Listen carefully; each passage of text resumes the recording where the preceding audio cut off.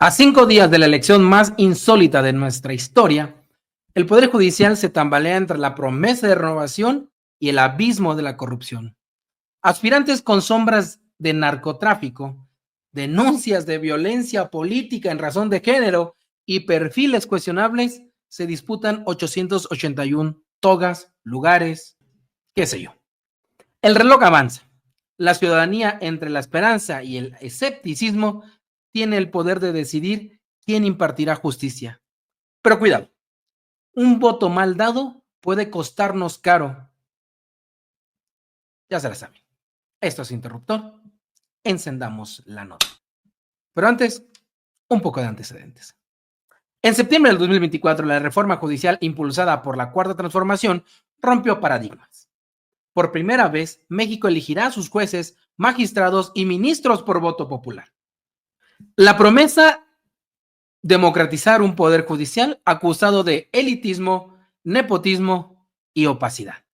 El costo: un proceso, muchos le llaman caótico, otros le llamamos aprendizaje, plagado de cuestionamientos, eso sí, muchos cuestionamientos. Desde su arranque el 1 de enero del 2025, cuando se abrió el registro de candidaturas, el camino ha sido un poco, o mejor dicho, un campo minado. ¿Gracias a quién? Al INE. Sí, este INE que asumió, según ellos, la titánica tarea de organizar esta elección inédita para el 1 de junio del 2025. Tarea que no ha sabido llevar, que le quedó grande, pues. Más de 24,000 aspirantes iniciales fueron filtrados por comités de evaluación, dejando 3,000 contendientes. Pero el proceso no estuvo exento de tropiezos, suspensiones judiciales, acusaciones de favoritismo y una carrera contrarreloj para evaluar perfiles en apenas 6 semanas. ¿Cómo garantizar idoneidad en un sprint tan frenético? Bueno, eso lo vamos a ver más adelante. El 1 de junio, los mexicanos elegirán 881 cargos, 9 ministros de la Suprema Corte de Justicia de la Nación, 2 magistraturas de la Sala Superior del Tribunal Electoral, 15 salas regionales, 5 del Tribunal de Disciplina Judicial, 464 magistraturas de circuito y 386 jueces de distrito. Cada voto cuenta, pero el panorama pinta turbio. Fíjense, la plataforma Conóceles del INE, lanzada el 30 de marzo, busca transparentar los perfiles. Sin embargo, su información depende de lo que los propios candidatos reportan y las lagunas son evidentes. Solo 31 de los 881 candidatos aparecen en el Observatorio Electoral Judicial, una iniciativa civil que revela hallazgos inquietantes: conflicto de intereses, militancias partidistas y, en algunos casos, nexos con el crimen organizado. La Asociación Civil Defensores ha puesto la lupa en 18 candidaturas de alto riesgo, entre ellas Leopoldo Chávez, aspirante a juez en Durango, con un pasado de 6 años en prisión en Estados Unidos por tráfico de meta. Pagué mi deuda, dice en un video viral Leopoldo Chávez. Yo les pregunto, ¿esto es suficiente? Ustedes díganme. Por otro lado, en Jalisco, Francisco Hernández, destituido por abuso sexual y corrupción, busca una magistratura penal. Que el pueblo me juzgue, declara Francisco Hernández. ¿Y qué tal Silvia Delgado en Chihuahua, ex abogada del Chapo Guzmán? Hice mi trabajo. No soy corrupta. Eso no me hace corrupta, insiste Silvia. Pero en Nuevo León hay otro caso. Fernando Escamilla, quien defendió a miembros de los Zetas, argumenta lo siguiente: defender no te hace criminal, pero las redes sociales hierven. Un post en X del 15 de mayo alertó sobre su candidatura, generando miles de reacciones. ¿Pueden estos perfiles garantizar un poder judicial imparcial? Ustedes pónganmelo en los comentarios.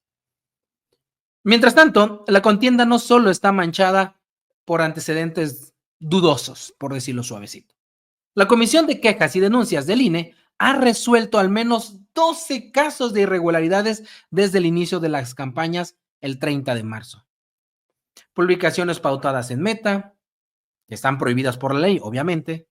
Todas estas fueron retiradas tras detectarse propaganda de una candidata a ministra.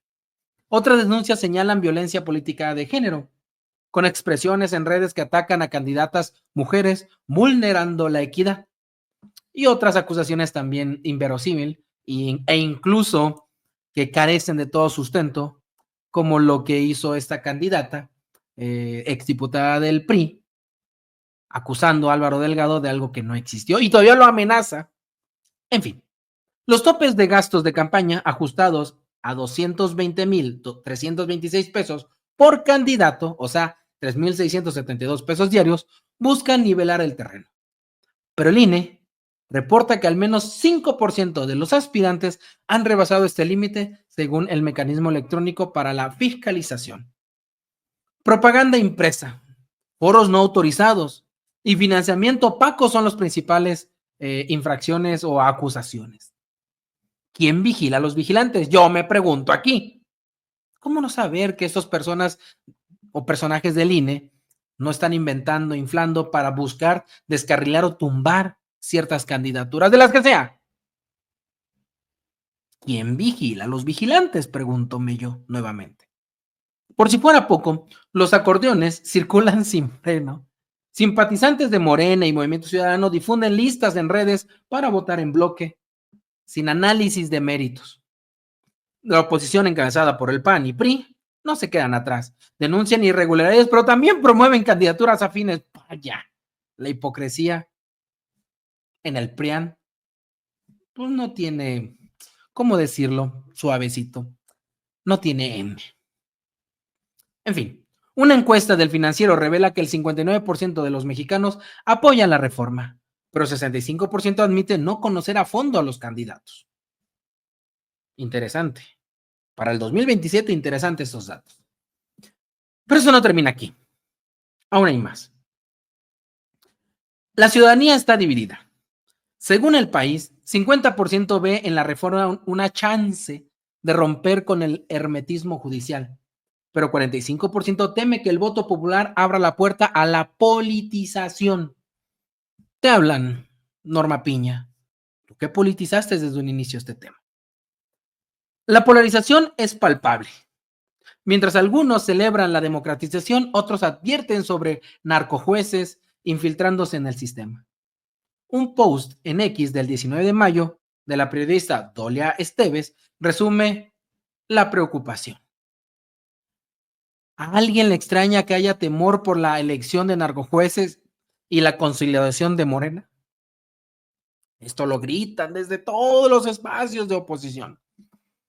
Siguen con esta cantaleta y con el discurso del miedo. Vamos a ver qué tanto les funciona. Hemos visto que no, que nada, pero ellos insisten en lo mismo. Ahora bien, expertos como el analista político Juan Ignacio Zavala son contundentes. O él quiere verse contundente, pues.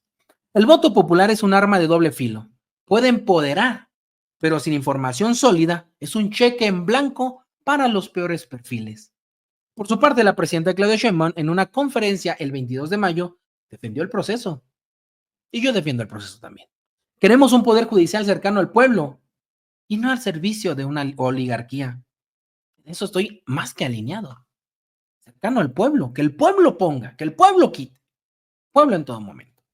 Mientras tanto, el INE ha intentado facilitar la decisión con simuladores de voto y la plataforma Conóceles practica y ubica y todo lo que el INE está intentando hacer al 5 para las 12. Tarde, muy tarde.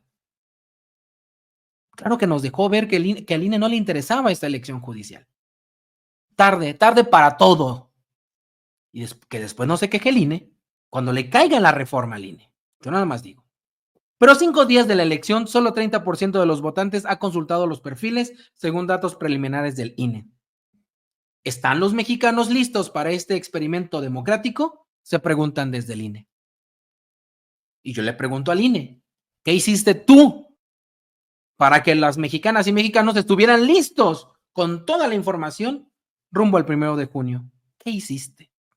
Yo te contesto, INE. Nada.